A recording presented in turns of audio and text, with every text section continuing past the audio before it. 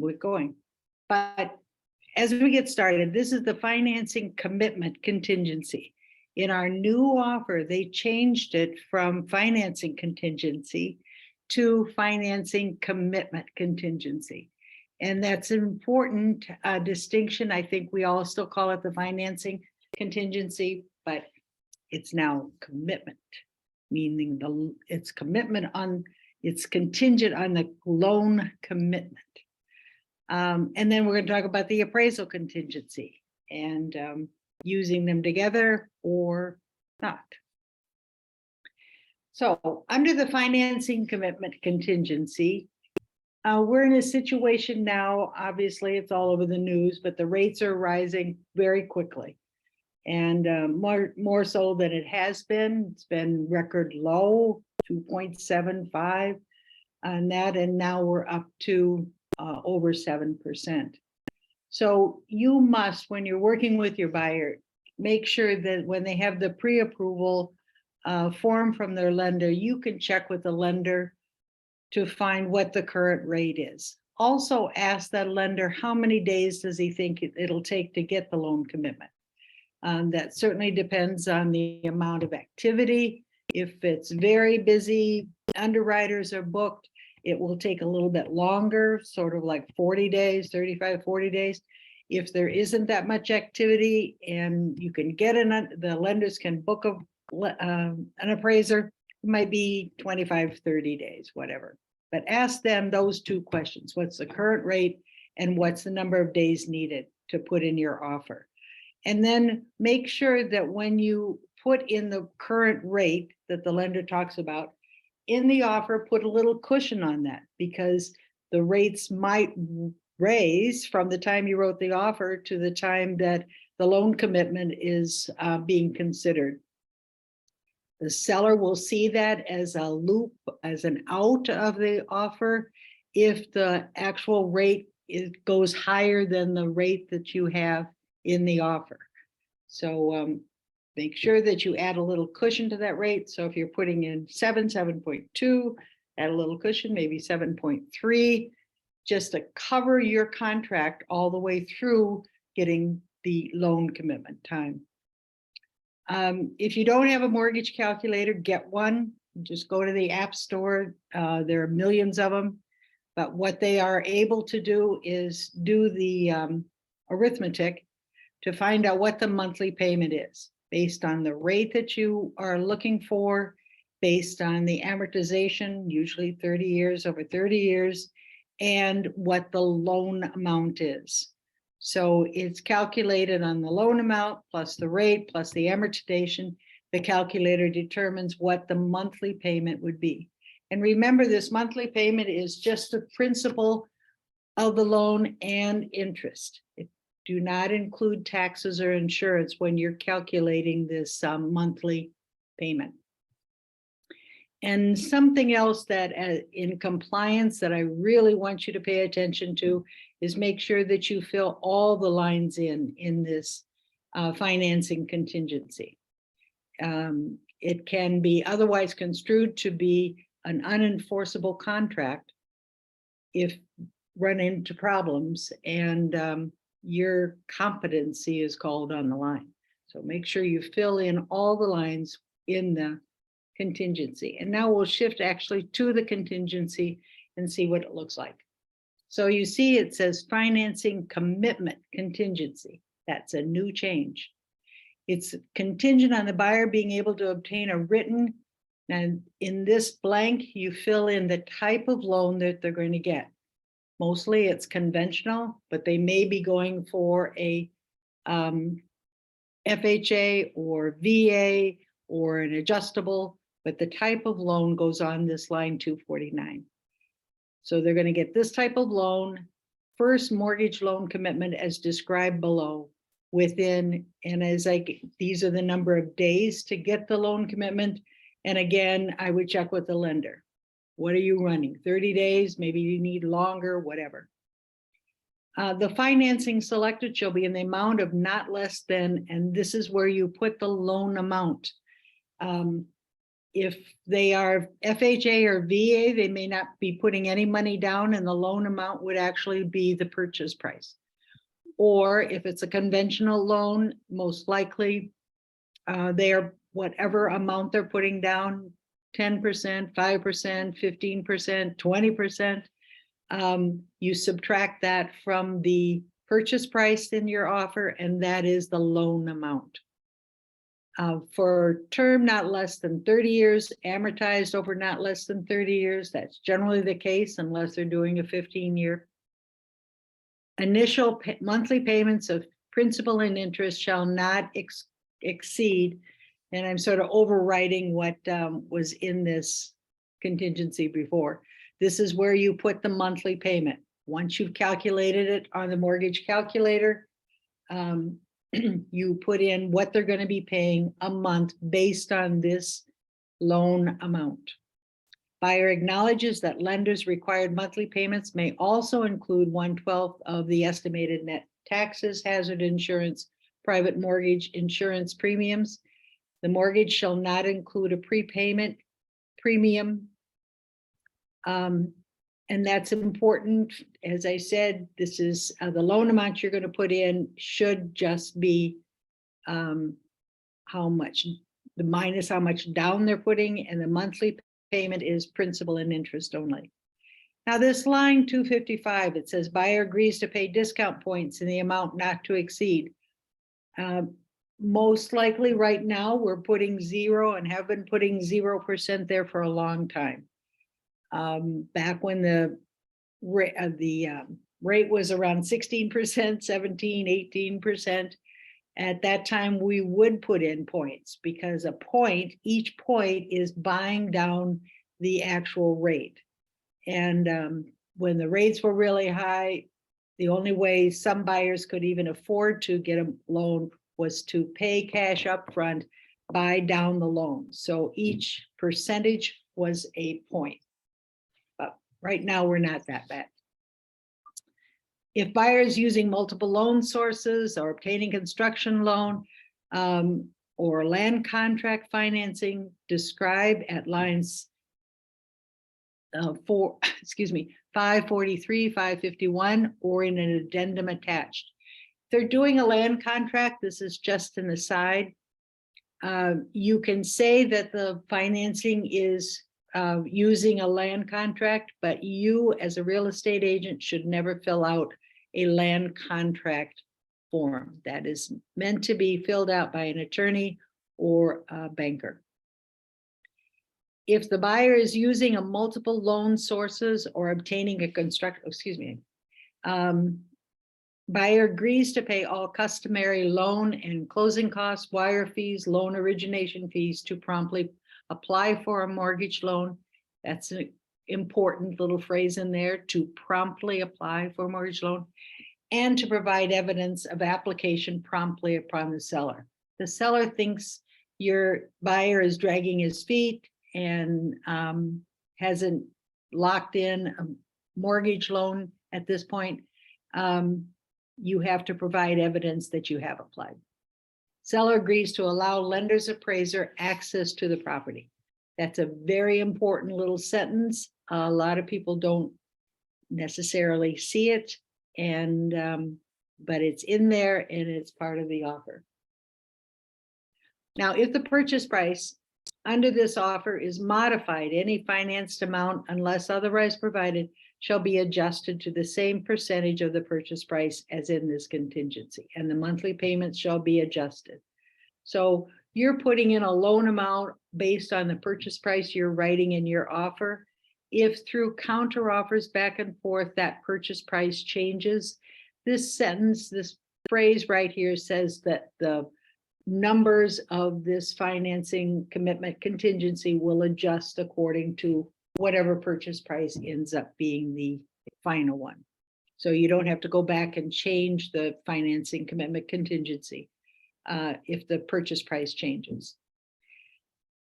Now, check and complete applicable financing provision at line 264, 265. What type of financing? Well, if you're doing fixed, or excuse me, if you're doing conventional FHA, VA, those are fixed rates. And that's where you check that little box and then you put in what that rate is with a little bit of cushion that I talked about. Obviously, this sample that I pulled up was a little while ago because it has in there a rate of 3.5. But right now the rate probably is around 7.2. Don't quote me on that. Ask your lender. But that's where you put the rate with a little bit of cushion because the rate might grow during the term of negotiating this offer. And again, say you put 7, and when you're trying to get the loan, the underwriting, the loan would be up at 7.2. You, as a buyer, could actually back out of the offer at that point because you said, oh, I was getting a loan at 7. The rate is now 7.2. I can't get financing. And so that's what the seller wants to prepare themselves for and to ask you to be a little bit over the current rate. I hope that explains that part. We're not doing adjustables that much, and up on line 249, if you are getting an adjustable, that's a type of loan that you're putting in. And then on line 265, it talks about what the rate is if you're getting an adjustable. And it talks about the terms of the adjustable, that the rate is going to be so much for how many months, and then at which time the rate may be increased, not more than whatever. And the first adjustment by not more than usually 1%. So an adjustable rate, as you may or may not know, floats up as the years or whatever adjustable term that you have in there, how many months. So as I say, we're not doing too many adjustable loans at this point because the rate has not been that high, but as the rate grows higher and higher, more people may be able to afford their home by financing it with an adjustable rate as opposed to a fixed rate. When we get to that part, Steph and I will certainly be adding some more contract training about adjustable rate financing, or we will have a finance person join us in our contract training to explain it a lot better than we can. Okay, so those are the terms of a financing commitment contingency. Now, how is that commitment satisfied? Or how does the show if there's unavailability of that financing, or say the seller wants to terminate? So these are on lines 270 to 287. Very important for you and your buyer to understand. If a buyer qualifies for a loan described in this offer or another loan acceptable to buyer, buyer agrees to deliver to seller a copy of the written loan commitment. This is what this contingency is about. This contingency shall be satisfied if, this is a very important phrase, after buyer's review, buyer delivers to seller a copy of a written loan commitment, even if subject to conditions. So after buyer review is critical. You never deliver to seller a copy of the loan commitment without the buyer acknowledging that they have reviewed it. So the buyer either signs that written loan commitment or he accompanies it with, say, a notice that says that the buyer gives permission to deliver. Delivery of a loan commitment by buyer's lender or deliver accompanied by a notice of unacceptability shall not satisfy this contingency.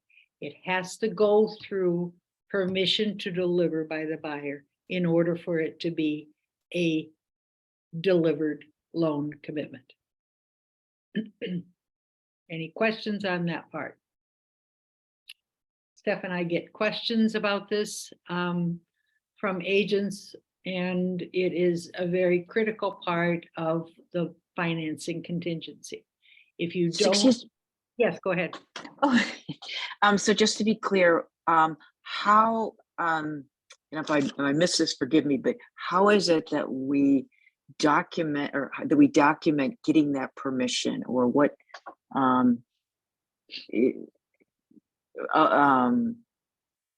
maybe I'm not asking this very clearly, Sure. but we need to receive permission from our buyers to be able to share the loan commitment with the seller. Is that what you're saying? Yes. And the Okay. way you, as you say, verify that permission from the seller, from the buyer, is the buyer can actually sign that loan commitment before it's Okay. delivered to the listing agent, or it can be accompanied by a notice to the offer to purchase. We have some already drafted up, but you can draft your own by just saying buyer has reviewed loan commitment and is given permission to deliver to seller. Excellent. Thank you. So it's either signing it or sending it with a notice. Okay, good. Thank you.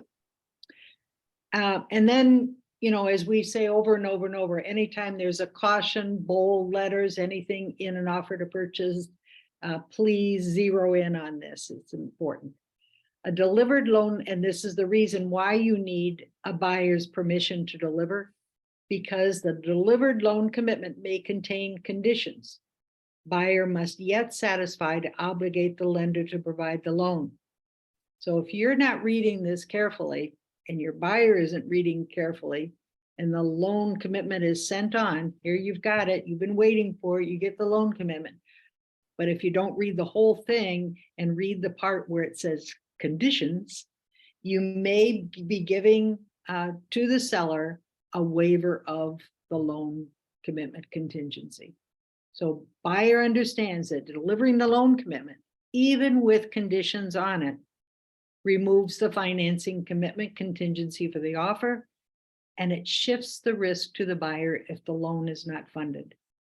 So say they get the loan commitment they've been waiting for, the lender sends it over to the buyer shares it with his agent, they read it all, and the buyer signs the loan commitment, and they send it to the listing agent. See, you've been waiting for this, here it is, we finally got it, But the buyer and the buyer's agent didn't carefully read that full loan commitment, didn't read the section where it says conditions.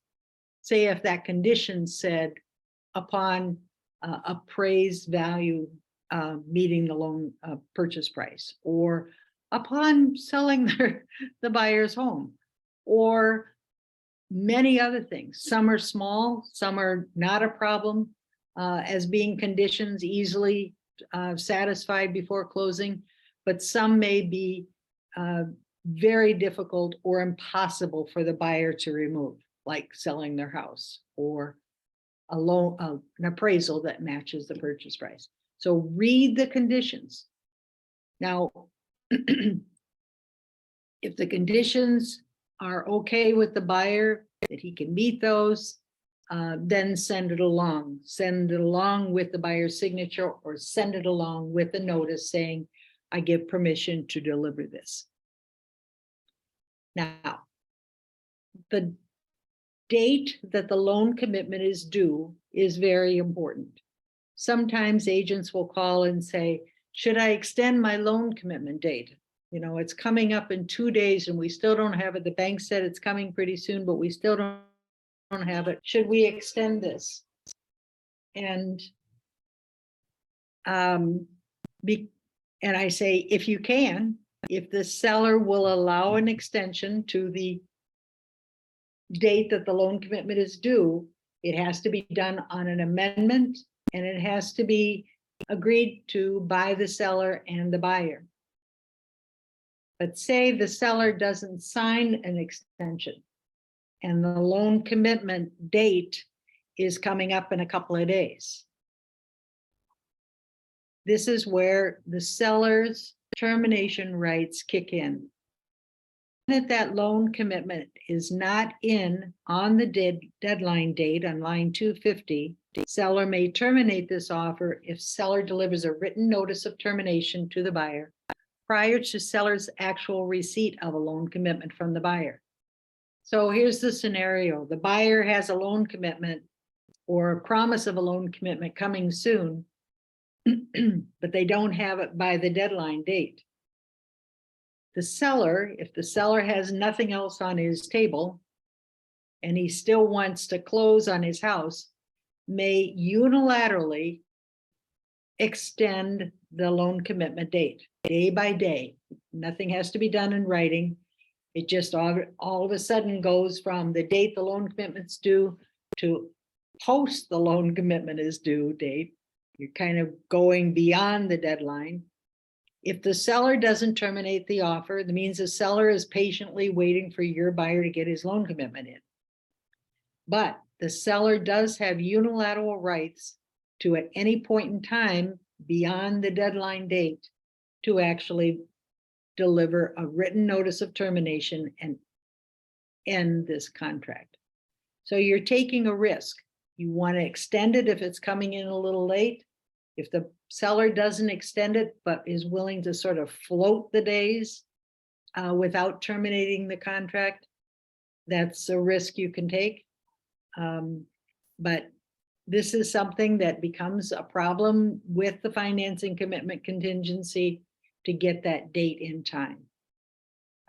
Talking with a lender is very important if you're helping your buyer, finding out what is holding up the loan commitment, giving enough time initially in writing the offer to make sure you have enough days in there. Maybe you put in 25 days and it's too soon. You just can't get it done in 25 days.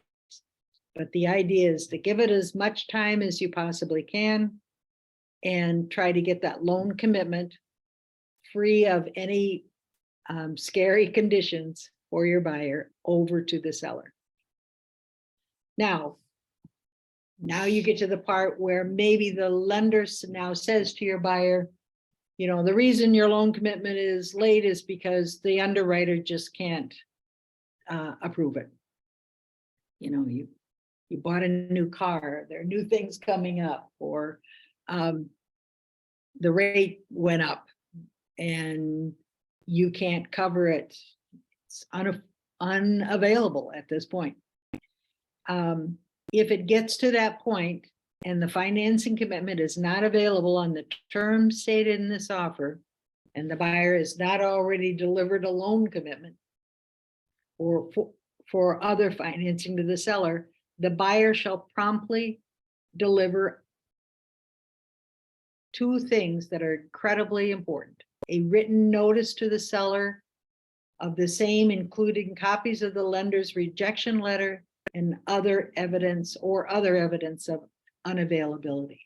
So if you can't get your mortgage, if the buyer can't get their loan, you have to get a letter from the lenders saying financing is unavailable in the lender's letterhead. And then you have to fill out a notice of termination, notice to the offer to purchase, stating that buyer financing contingency commitment cannot be satisfied. See letter from lender, and this offer is null and void, and earnest money to be returned to the buyer. Then you could follow it up with sending over the camera with the lines filled out and the earnest money going back to the buyer. Buyers should be able to get the earnest money back if they follow these steps: the letter from the lender and the notice sent to the seller.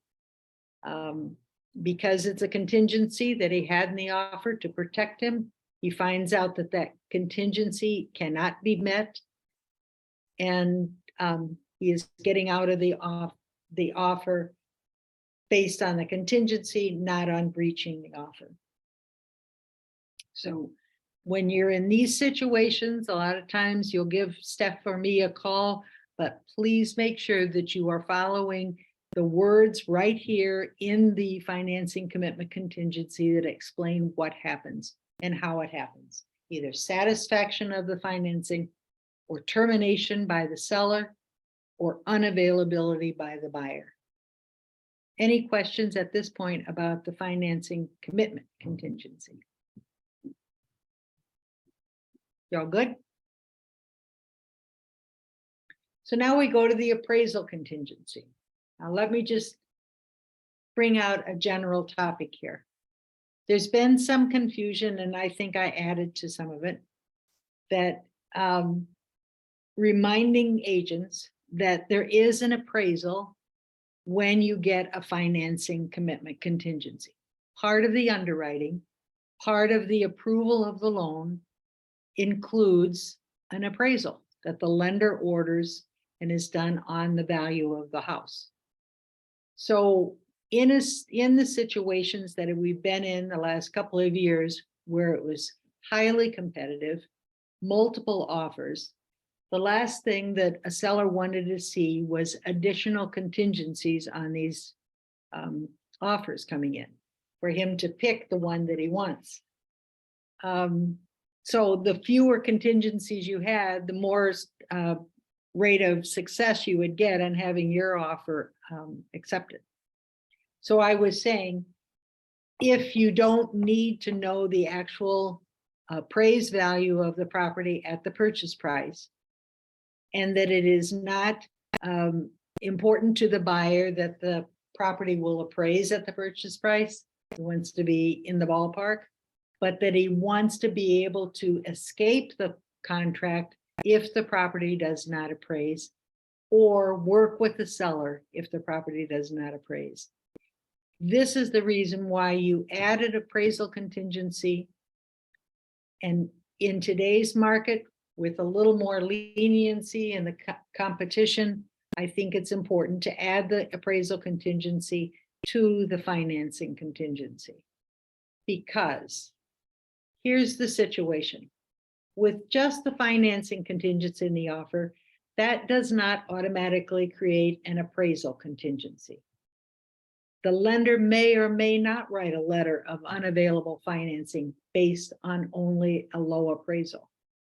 So if you think the appraisal comes in low and you think that, well, I'm not going to get my mortgage, this is an out for me, it's a contingency out, it's not.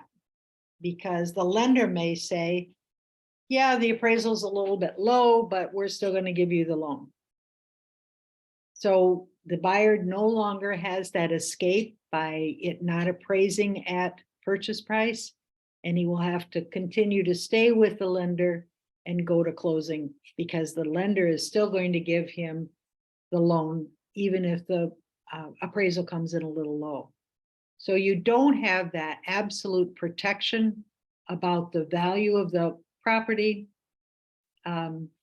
if you don't have the appraisal contingency in there. As I say here, there usually will be an appraisal with the financing contingency, but the buyer may not be released from a loan commitment if appraisals are lower than the offered price. So it's a little bit of a warning. Now that we're not writing such multiple offer, getting into such multiple offer situations, we can add this extra important contingency to your buyer's offer. Any questions? Because I fielded a lot of questions from a lot of the agents here about this very point. And because the market is changing a little bit, we are changing our advice a little bit. Or I am. No questions? Good. Well, let me go on with the appraisal contingency then. This is what it looks like in the offer. So if you're adding this to your offer, you can add this without a financing contingency. Say they're writing a cash offer, but they still want to know that they're not spending more than this house is really worth. So they write a cash offer, there's no financing, but they're adding an appraisal contingency. Or here's another scenario. The buyer writes a financing contingency, but he's got 20% down, a large amount down, maybe even more. That is close to being a cash offer. And the buyer may also want to know that this house appraises at the purchase price. So those are situations where the appraisal contingency really always should be added. But it is also just to protect your buyer from being able to escape a transaction if the appraisal contingency comes in low. So this offer is contingent upon buyer and buyer's lender having the property appraised at buyer's expense. Been a question lately. By a Wisconsin licensed or certified independent appraiser who issues an appraisal report dated subsequent to the date stated on line 1 of this offer, indicating an appraised value for the property equal to or greater than the agreed upon purchase price. This contingency shall be deemed satisfied unless buyer within, and you can put the number of days, usually put in the same number of days you put in for your financing contingency if you added that. But generally, I would give a hefty amount of time close to the financing contingency or even close to the closing. He delivers to buyer a copy of the appraisal report indicating an appraised value, as I said, of less than the agreed upon purchase price and a written notice objecting to the appraised value. So this is what the buyer has to do. And if you are a buyer's agent, it is your responsibility to represent the buyer and do this. If you have an appraisal contingency, the appraisal finally comes back and it is lower than the purchase price. In order for this contingency to be activated, the buyer must deliver to the seller a copy of the appraisal report and a notice to the offer to purchase objecting to the appraised value. Those two documents must be delivered if the appraisal comes in low. So now, like in the inspection report, they've added the seller may have the right to cure this low appraisal. This was not in any of our offers prior to this one. This is new, and it's something that you really need to understand. So the right to cure is triggered only when the buyer sends to the seller a copy of the appraisal report and the notice saying the property did not appraise. That triggers the right to cure if you have given it to the seller. If you have not given the seller right to cure, so you've crossed off shall, if the seller shall not have the right to cure, your delivery of that appraisal report and the written notice objecting now cancels the contract. Contract is null and void. If the seller shall have the right to cure, seller may satisfy this contingency by delivering a written notice to the buyer, adjusting the purchase price to the value shown on the appraisal report within so many days. 5 is the default. After buyer's delivery of the appraisal report and the notice objecting. So buyer sends the notice objecting and the appraisal report to the seller. The appraisal is lower than the purchase price. The seller now has 5 days after he receives those 2 documents to say he is going to cure, which means he's going to adjust the price to the value shown on the appraisal report, or he is not going to cure. He is not going to do that. Buyer and seller agree to promptly execute an amendment initiated by either party after delivery of the seller's notice solely to reflect the adjusted purchase price. So that is the cut and dried way of doing it. But before those 5 days are up, just like in the inspection right to cure, you and the buyer and the seller can negotiate with amendments. Say maybe they split it down the middle. Maybe they give some other balance. Maybe the buyer decides that they will make up the whole difference. So within those 5 days, when the seller has to report back on whether he's going to change the price to the appraisal value, you can negotiate with the seller and buyer.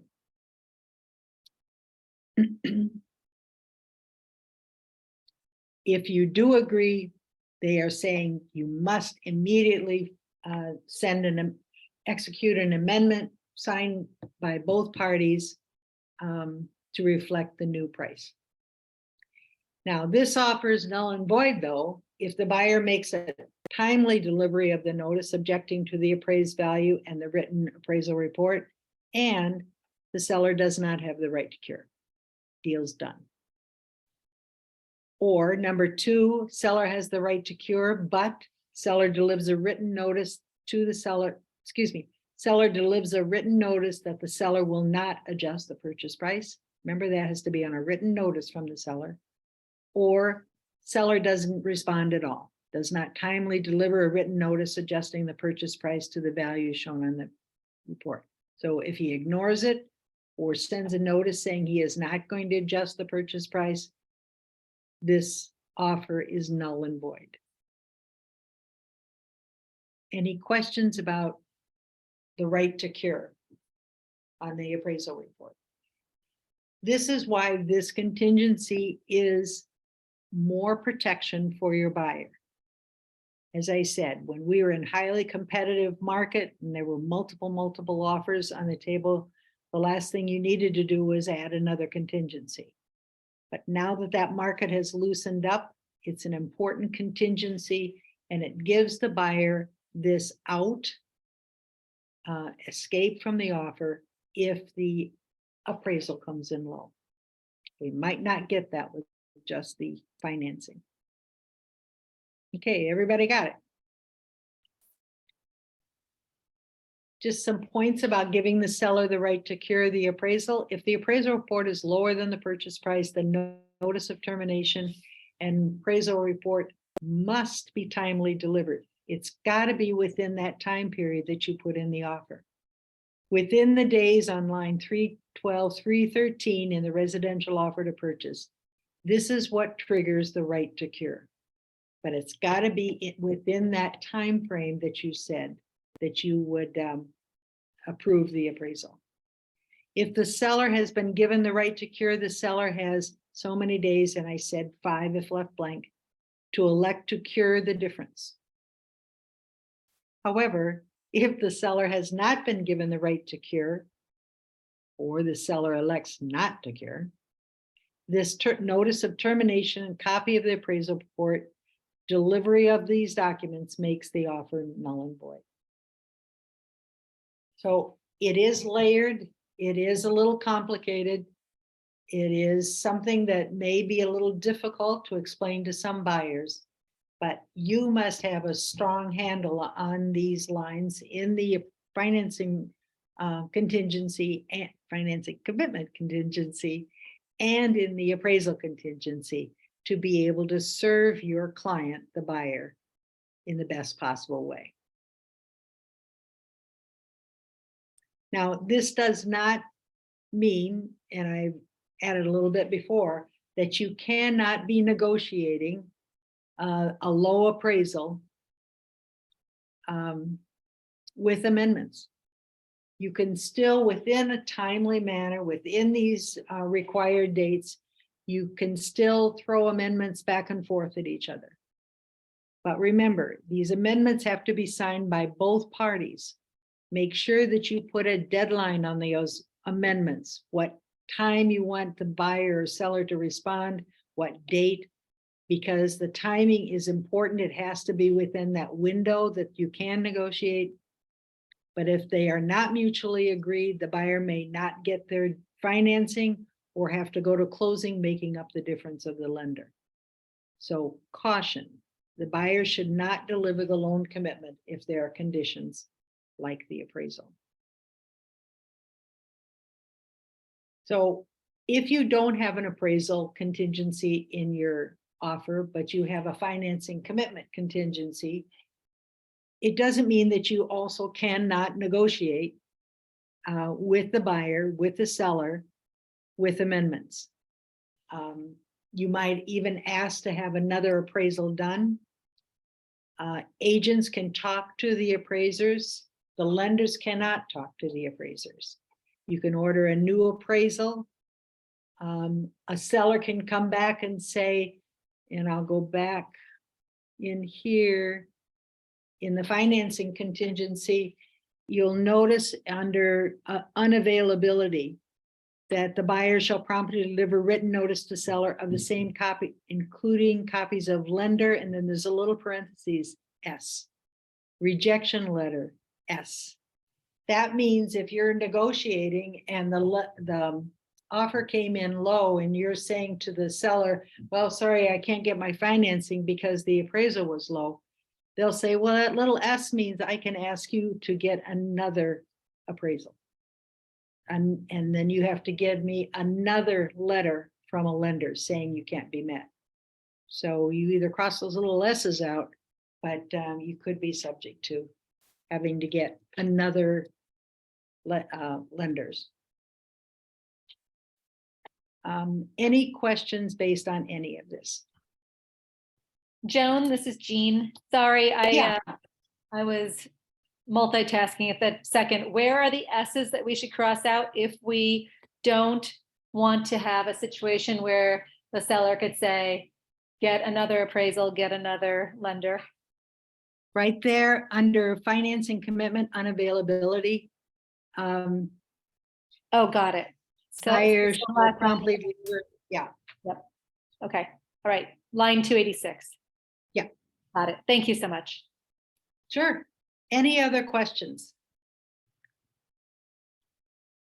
This is important. It's, as I said, it's not that easy to absorb, and especially to instruct your buyer on the ins and outs of these contingencies. But contingencies are there to protect your buyer so that they're not buying a property that they can't afford to get.